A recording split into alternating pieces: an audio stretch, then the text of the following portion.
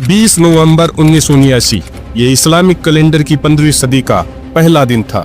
एक नए दौर का आगाज।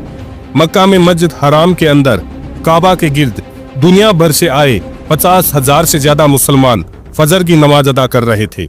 माहौल में एक सुकून था, लेकिन जैसे ही नमाज खत्म हुई, इस सुकून को चीरने वाली एक आवाज आई। ये गोलियों की आवाज थी।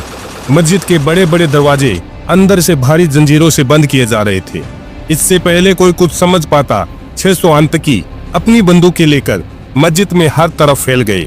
कुछ आतंकवादी स्नाइपर राइफल लेकर मस्जिद की मीनारों पर चढ़ गए। इस्लाम की सबसे मुकद्दस जगह, जहां पर किसी भी जानदार का खून बहाना सख्त हराम है, अब हाईजैक हो चुकी थी।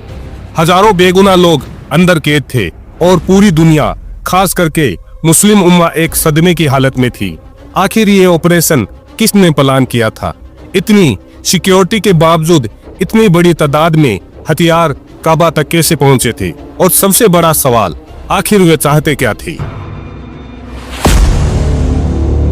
जब काबा में दाखिल होने वाले सारे दरवाजे बंद हो गए तो मस्जिद के स्पीकर से एक आवाज गूंजी।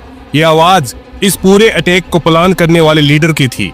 एक ऐसा शख्स जो सऊदी सिस्टम को अंदर से जानता था और अब उसी सिस्टम के खिलाफ लड़ने आया था। ये आवाज थी जोहमन अल उतैबी की। जोहमन अल उतैबी सऊदी अरेबियन नेशनल गार्ड का एक फॉर्मर सिपाही था। सऊदी अरेबियन नेशनल गार्ड ये वो कंपनी है जिसका मेन मकसद सऊदी रॉयल फैमिली की हिफाजत करना है। जोहमन उतैबी ने नेशनल गार्ड को छोड़कर अपनी तहरीक चलाने का रास्ता चुना। अपनी पुरकशिश पर्सनैलिटी और पुरकशिश तकरीरों की वजह से उसने अपने साथ बहुत से फॉलोअर्स जमा कर लिए थे, जिसमें यूनिवर्सिटी के स्टूडेंट से लेकर विदोइन कवाइल के लोग भी शामिल थे। उन सब का मानना था कि सऊदी अरेबिया की रॉयल फैमिली अब करप्ट हो चुकी है। उनके मुताबिक सऊदी हुक्मरान अमेरिका और वेस्टर्न कल्चर के साथ मिलकर इस्लाम के असल हुसूलों से दूर हो गए हैं। देखने में उनका प्लान काफी सिंपल लग रहा था, जिनका मकसद वेस्टर्न कल्चर से इम्प्रेस सऊदी की रॉयल फैमिली को गवर्नमेंट से हटाना था। लेकिन उनका प्लान इससे कई ज्यादा बड़ा और ज्यादा खतरनाक था। जोहमन उतैबी ने अपने फॉलोअर्स को एक ऐसी बात पर यकीन दिला दिया था जो सुनने में नामुमकिन सी लगती है। इस्लाम में कयामत से पहले इमाम मेहंदी के आने की पेशगोइया है, यानी कि एक प्रोमिस्ड वन जो दुनिया में आकर इंसाफ को कायम करेगा। हदीसों के मुताबिक इमाम मेहंदी का ज़हूर मक्का में काबा और मकाम इब्राहिम के दरमियान होगा। जोहमन उतैबी ने ऐलान किया कि वह दिन आ गया है और इमाम मेहंदी उन्हीं के साथ मस्जिद हराम के अंदर मौजूद है। जोहमन उतैबी ने अपने साले को मोहम्मद अब्दुल्ला अल कहतानी को दुनिया के सामने पेश किया और कहा कि यही इमाम मेहंदी है। उनका प्लान था कि उस सुबह, उस नए इस्लामी सदी के पहले दिन, पूरी दुनिया के सामने मस्जिद हराम में मौजूद लोगों से इमाम मेहंदी की बैत कराई जाए। जोहमन उतैबी के इस ऐलान ने मस्जिद के अंदर एक अजीब सा माहौल पैदा कर दिया। कुछ लोग, खास करके नौजवान, उसकी पुरजोश तकरीर और मादी की मौजूदगी के दावे से मुंतासिर होकर उसके साथ शामिल हो गए, जबकि हजारों दूसरे लोग खौफजदा और गैर यकीनी की हालत में काबा के अंदर कैद थे। मस्जिद के बाहर सऊदी हुकूमत एक ऐसे क्राइसिस का सामना कर रही थी जिसके लिए वह बिल्कुल तैयार नहीं थे। यह सऊदी रॉयल फैमिली की दीनी और सियासी हुकूमत पर एक डायरेक्ट हमला था, लेकिन वो फौरन एक्शन नहीं ले सकते थे। उनके सामने दो बड़े ऑलमोस्ट नामुमकिन चैलेंज थे। पहला चैलेंज था मिलिट्री चैलेंज। जोहमन उतैबी उसके साथी कोई आम लोग नहीं थे। उनका लीडर जोहमन उतैबी नेशनल गार्ड का साबिक सिपाही था और उसने इस हमले की प्लानिंग कई महीनों से की हुई थी। उन्होंने मस्जिद अल हराम के नीचे बने हुए तहखानों में राशन पानी और गोला बारूद के जखाया जमा कर लिए थे। वो लोग इस जगह को अंदर से जानते थे और उन्होंने इस जगह को एक नाकाबिल किले में तब्दील कर दिया था। दूसरा चैलेंज सबसे बड़ा और सबसे मुश्किल चैलेंज था। ये था रिलीजियस चैलेंज। इस्लाम का सबसे बुनियादी असूल है कि मस्जिद हराम के अंदर किसी भी किस्म की वायलेंस या खून खराबा सख्त हराम है। सऊदी अरेबिया का बादशाह जो खादिमेन हरमेन अल शरीफेन यानी कि custodian of the two Holi most का टाइटल रखता है, अपनी फौज को इस होलीएस्ट प्लेस पर गोलियां चलाने का हुक्म कैसे दे सकता था? ऐसा करने के लिए उन्हें मुल्क के सबसे बड़े स्कॉलर्स यानी उलमाए काउंसिल से एक फतवा लेने की जरूरत थी और इस फतवे के इंतजार में कई दिन गुजर गए।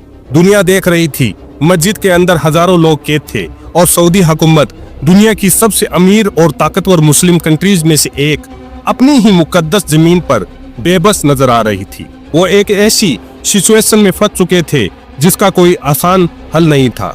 कई दिनों के इंतजार और बहस के बाद आखिरकार सऊदी अरेबिया के सीनियर मोस्ट स्कॉलर्स ने एक फतवा जारी किया। उन्होंने इस सिचुएशन को एक अनोखा केस करार देते हुए मस्जिद हराम के अंदर वेपन्स इस्तेमाल करने की इजाजत दे दी। सऊदी हुकूमत को अब ग्रीन लाइट मिल चुकी थी। उन्होंने अपनी इलीट नेशनल गार्ड को मस्जिद को आजाद कराने का हुक्म दिया, लेकिन पहले ही चंद हमले ही बुरी तरह नाकाम हुए। जो हेमन उतेबी के लड़ाके मिलिटेंट्स जो पहले से ही स्नाइपर पोजीशन लेकर बैठे थे, उन्होंने सऊदी फौज को भारी नुकसान पहुंचाया। असल प्रॉब्लम थी मस्जिद के नीचे बने हुए कॉम्प्लेक्स तहखाने, जहां पर उन्होंने अपने वेपन स्टोर कर रखे थे। जो हेमन के लोग इन तहखानों के तप्पे तप्पे से वाकिफ थे। वो नीचे छुप जाते, एक जगह से दूसरी जगह मूव करते और फिर अचानक ऊपर आकर हमला करके वापस गायब हो जाते।